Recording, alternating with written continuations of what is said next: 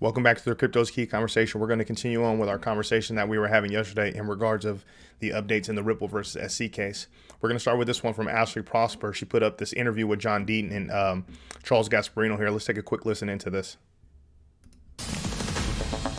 It has been more than 2 years since the Securities and Exchange Commission filed its lawsuit against crypto company Ripple for selling unregistered securities. Now, after a lengthy battle, a district judge may be close to announcing a decision, the outcome of which will impact the entire crypto industry. Joining me now is lawyer John Deaton, who's closely involved in the case, and our own Charlie Gasparino. And you two have had many conversations on there. I've been battles. Some yes, about this. You're still with us. I mean, in terms of the case. Yes, I didn't explain. You're on the side of the Ripple shareholders, right? You're advising Ripple. No, I'm for the XRP holders. I'm sorry. Yes, the individual retail holders. We have 75,000 plus. I'm going to get a lot of crap for saying that's okay. But amicus curiae, the judge. I filed a motion to intervene. The judge said, "Well, I'm not going to let you become a defendant with those 70,000 people, but you can be amicus curiae, you could participate." And the SEC tried to get you kicked off. They fought us at the beginning, and then they filed motions, and they tried to kick me off, and you're still here. Lost. And we got a good victory last night. Okay, so the victory last night was the judge basically said, you know, here's some, you can have these expert witnesses, SEC can have these expert witnesses, but what he really did was saying, off the checklist is the expert witness decision. The next decision could be summary judgment, correct? Which means she might rule from the bench either in favor of Ripple or the SEC. Absolutely, Charlie.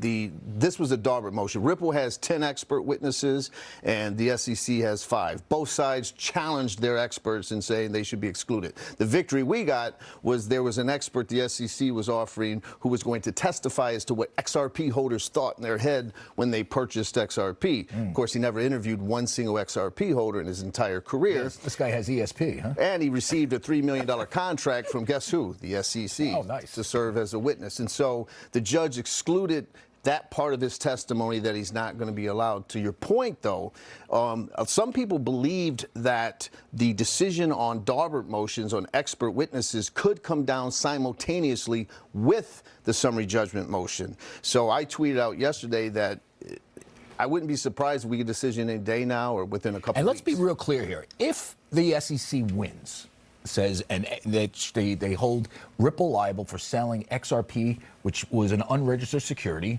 big thing, that means just about every crypto, except for maybe Bitcoin, and maybe even Bitcoin, could be considered a security, correct? Well, I mean, Gensler's come out and said that Bitcoin is the only one he's comfortable saying is a commodity. Right. So I think you could take Bitcoin off the table so now, for that. Let's just say the SEC wins this, and a lot of people think they will, given what happened with Sam Bankman-Fried. That it's going to be hard for a judge to basically side on in crypto's favor. Does it have a ripple effect through the industry in the sense that how does that make Coinbase? That means Coinbase. That means Binance. All brokered unregistered securities. Aren't they kind of on the hook? Well, it's going to be a huge precedential value if the SEC wins, because when you look at XRP, it was created in 2012. It was the third largest cryptocurrency in the world when the SEC sued Ripple. It was traded, Charlie, Cheryl, for 7.5 years in the United States and around the world openly and fairly without any interaction from the SEC. And then the SEC comes in 7.5 years later after it was declared convertible virtual currency by the FinCEN, and declared by FSOC as virtual currency, by the Government Accountability Office as a virtual currency utilizing a decentralized platform. After all of that, the SEC comes in after all those years. Okay, they still have a strong hand. If they win, that ripples throughout the industry. And that's what I was getting at. If XRP is deemed a security. Do you think they're going to win? No. I think the SEC is going to lose, but that doesn't mean Ripple's going to get an outright win either. But I think the SEC is going to lose at summary judgment because of the theory that they went with.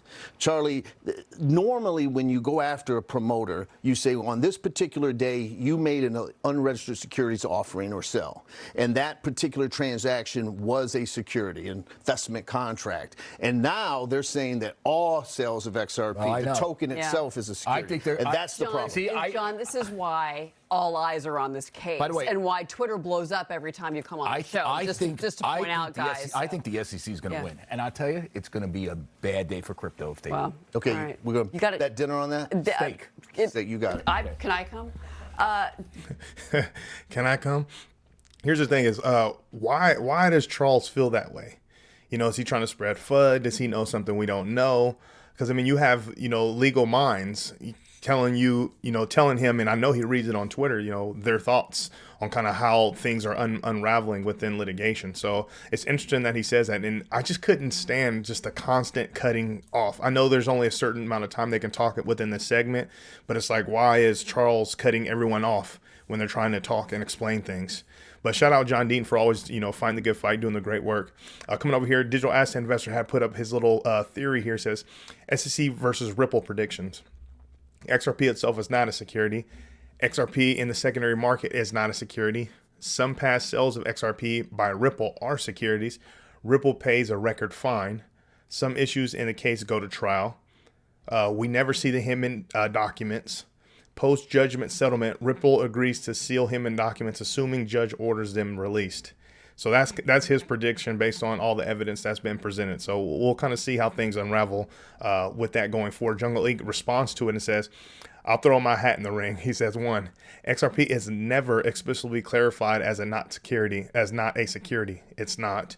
2, the case settles. Ripple pays a massive fine for ambiguous reasons. 3, no Hinman docs, no useful disclosures. So he's taking the approach of like, okay, nothing's going to be blatantly out there, blatantly stated in precedents. This is kind of what I'm taking from it.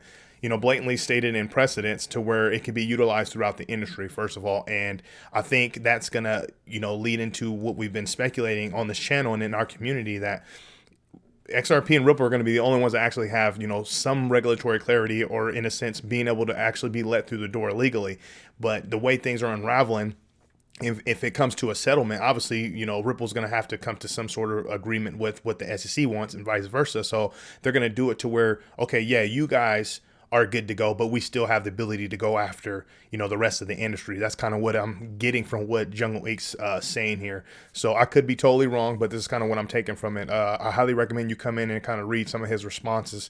I had one up here that I wanted to cover. Let me go ahead and see real quick. Oh, okay. I like this one right here where he's responding to this gentleman that says, the case only settles if XRP is declared of being a non-security. Remember the conditions from Brad Garlinghouse is what he's referencing. And then Jungle Eek says, if everyone stuck to the conditions, then we wouldn't have a settlement. So, everyone has their speculation based on the evidence that's been presented to us. So let's just be a waiting game to kind of see what happens.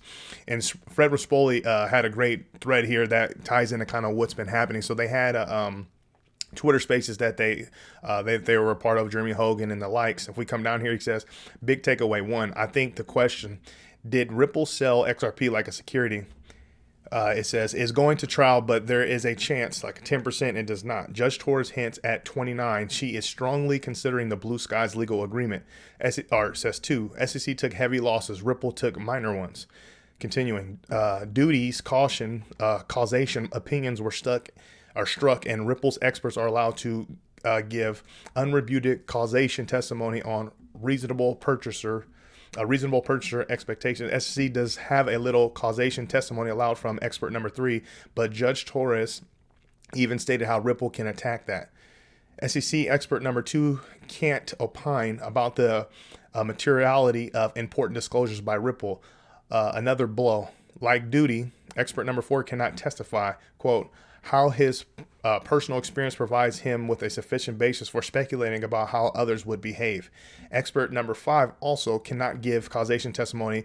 All in all, one of the major elements SEC must prove expectation of XRP purchasers was almost but not 100% wiped out. 3, Judge Torres is now giving 50-50 legal questions to Ripple. This is the result of SEC overplaying its hand and litigating like entitled brats. Example, SEC experts can't opine on XRP purchasers' expectations, but Ripple experts can testify exactly to this from federal tax law and virtual currency perspectives. 4, Judge Torres ruled that Ripple will be allowed to provide evidence of all the uses that XRP has. Didn't SEC frequently whine that XRP had no use other than speculative investments? Whoopsie. 5, while I think case is going to trial, I don't think Judge Torres will rule that SEC has not put forth any substantive evidence that secondary sales of XRP are securities. Don't think she'll rule that such sales are never securities, just that these aren't before the court. This type of ruling would put the burden on SEC to individually attack each secondary sale, bask in the glory of the SEC's failure. So that's his as he says, his big takeaway from the spaces and the litigation that's been present so far. So shout out Fred Rispoli for putting that thread out there. Mr. Intuitive put up this hypothetical of he's acting as if he's Chairman Gensler after litigation happened. So he's saying, hypothetical, once this happened, this will be Gary on CNBC. Let's take a quick listen into this. Hi, Becky. Hi, Andrew. Thanks for having me on Squawk on the Street. As you can see, it's a big win for the SEC and the crypto enforcement. The judge ruled and denied Ripple's motion that some past sales were securities. Now, she might have said XRP currently is not a security, but that's a fact by fact basis, and it only applies to that digital asset. So you'll see us continue to go and enforce our rules against other crypto frauds. And this is a big win in the industry. Mom, I'm talking to CNBC. I'm going to settle with Ripple now. Relax. So anyway, thanks for having me. I haven't left... Yeah, so the humor behind it is awesome, and he may be on the point for sure. But the big thing that I took away from what he's trying to say here is like, hey, yeah, Ripple and XRP, based on how everything's happened within litigation, even though we got our butts kicked, he's going to find a way to prove, meaning the SEC, when I said we, he's referencing the SEC. So as Chairman Gensler from the SEC, they got their butts kicked through litigation, right? But they're going to find some sort of narrative in a sense, attack at a specific point, whether it's, the largest fine in history or whatever the case is, right? They're going to use that and be like, oh, this is an outright victory. And then they're going to take the approach of, just like I said earlier, and just like Mr. Intuitive says right here, is, okay, Ripple and XRP, cool. They got passed through the door. They got lucky.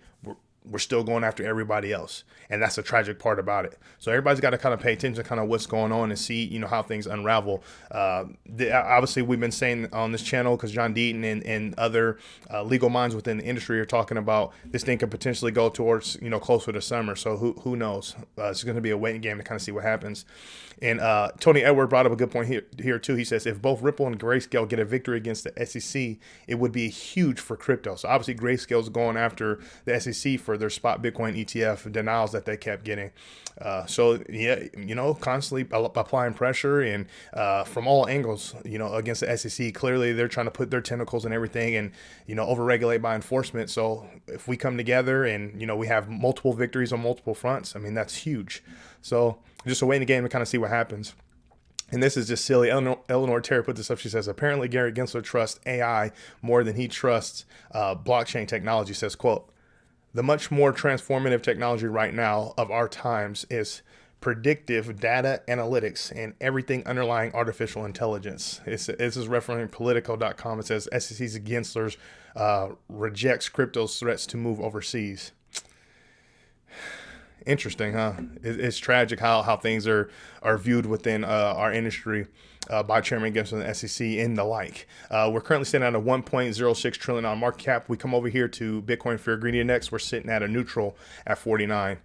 So that's kind of the update we have based on, litigation, what's happening, that could affect the entire industry. Obviously, there's more stuff that can be covered, but this is just the conversation I wanted to have on this for this video. But make sure you come to the Crypto's Key Conversations YouTube channel, subscribe, follow us on Twitter at Crypto's Key 1.